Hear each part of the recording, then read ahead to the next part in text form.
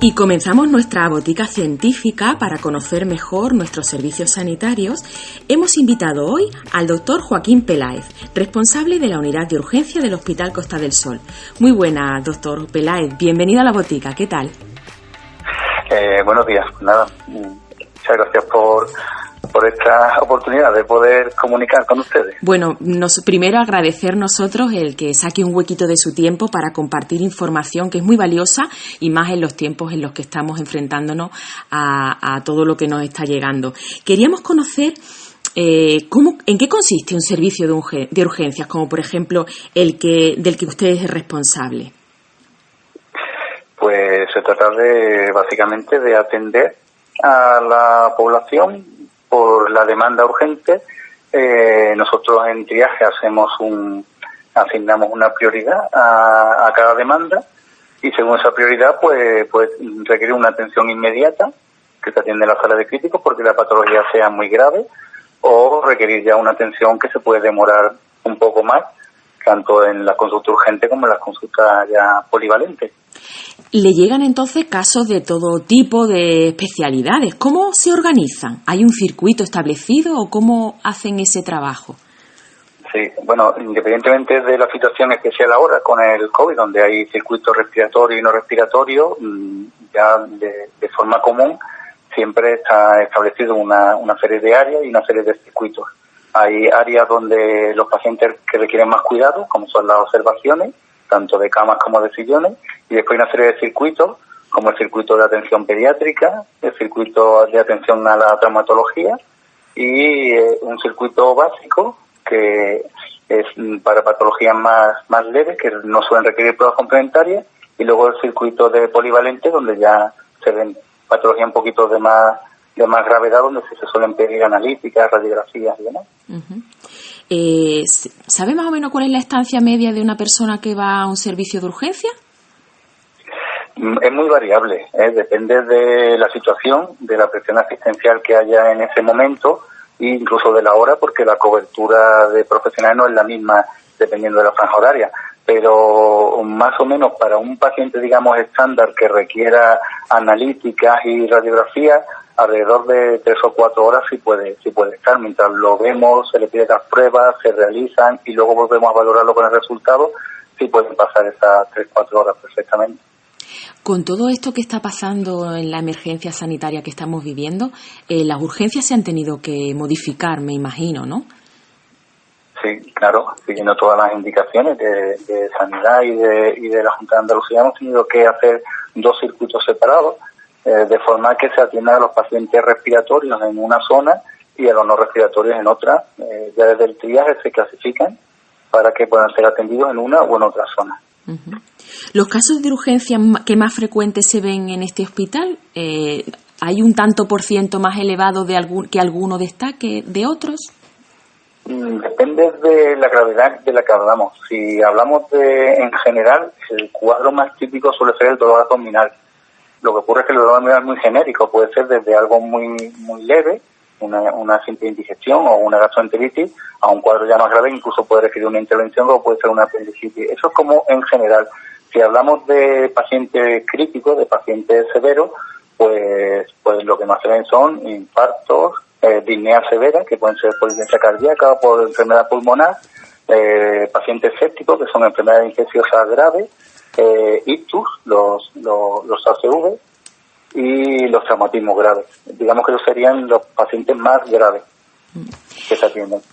Y cuando llega a alguna persona con clínica compatible con esta enfermedad, esta infección que estamos teniendo, que es la del COVID, ¿cuál es el protocolo que se suele seguir en el servicio de urgencia? Lo primero es identificarlo en el triaje por la clínica que presenta, y si tiene clínica sospechosa de que pueda tener una infección por COVID, que básicamente es fiebre, tos y disnea, a la que se le puede sumar malestar general, dolores articulares, astenia, pues entonces se pasa a esa zona respiratoria donde ahí el personal ya está preparado para poder atenderlos debidamente, ¿no? Con los equipos de protección. ¿Coincide usted conmigo en que ahora hay un poco de recelo a la hora de acudir al servicio de urgencia? En la primera ola, evidentemente, la primera ola tuvimos, prácticamente es que no venían pacientes con infarto ni con ictus, y eso era una cosa muy llamativa, ¿no? Porque los pacientes seguían estando ahí. Evidentemente había un miedo a acudir a urgencias y no venían. Ahora con la segunda ola ya se está normalizando más, ya la gente sí que está acudiendo, pero aún así sí seguimos teniendo algunos casos, ya menos, de pacientes que llegan muy tarde a urgencias con varios días de síntomas. ¿Y cuáles son esos síntomas por los que debemos acudir sin demora a un servicio de urgencias como el del Hospital Costa del Sol? Pues se debe de contactar, ¿no?, con los servicios de emergencia sanitarios, pues en el caso de una sospecha de ictus, pues cuando se tenga pérdida de fuerza en un lado del cuerpo, dificultad para hablar, bajo nivel de conciencia. En el caso de un infarto, pues que tenga un dolor en el centro del pecho, opresivo, como una presión, que normalmente se irradia hacia el brazo izquierdo, y se puede acompañar de sudoración, de náusea. En el caso de una sepsis, pues suele ser una fiebre muy elevada y sobre todo se suele acompañar de bajo nivel de conciencia o postración del paciente, sobre todo si son pacientes ancianos, que empiezan a orinar muy poco o casi no orinan. Y en el caso de un politrauma es evidente, ¿no?, porque el paciente pues desgraciadamente ha sufrido un accidente y presenta pues signos de traumatismo severos que normalmente pues ya lo traen en los servicios de emergencias hospitalarias.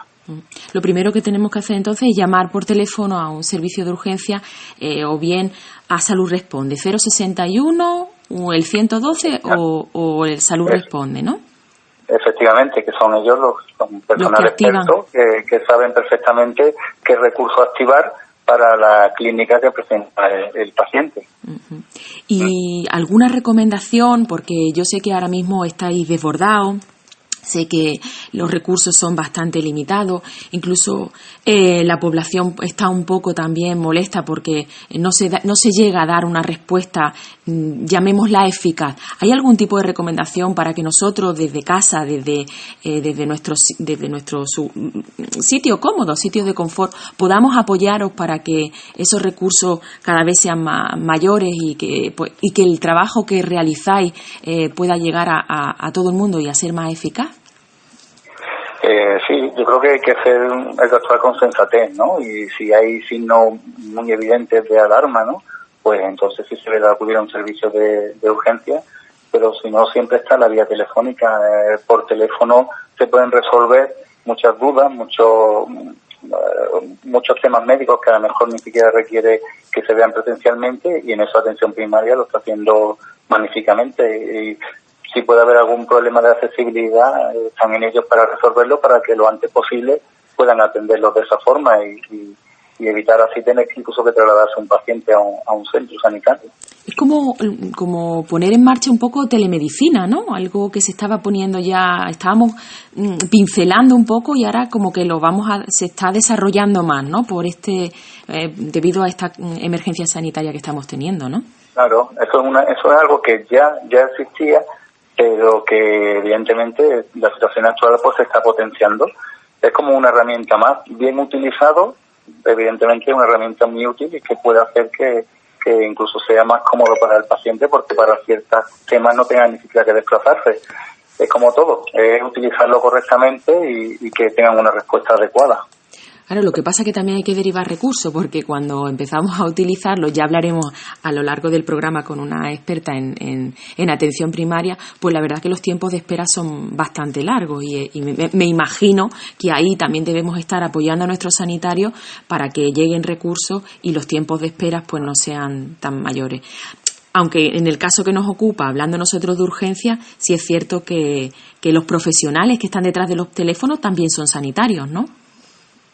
Bueno, en el centro de salud, quien los atiende al final siempre es su médico, aunque pueda haber algún tipo de intermediario, de administrativo que sirva de filtro, pero al final siempre es un sanitario con el que contacto, bien un enfermero o bien un médico, y me consta que están haciendo un un trabajo magnífico con los medios que tienen. Pues sí, la verdad que sí. Pues muchísimas gracias, doctor Joaquín Peláez, responsable de la unidad de urgencia del Hospital Costa del Sol, por estar este ratito aquí en la botica compartiendo información tan valiosa. Y bueno, cualquier cosa que ustedes tengan que comunicarnos, pues estaremos encantados de abrir los micrófonos, porque ahora más que nunca son los sanitarios los que tienen que ser los protagonistas y son nuestra prioridad, que vosotros podáis desarrollar bien vuestro trabajo de poder cuidarnos. Muchísimas gracias. Muchísimas gracias a ustedes. Hasta pronto.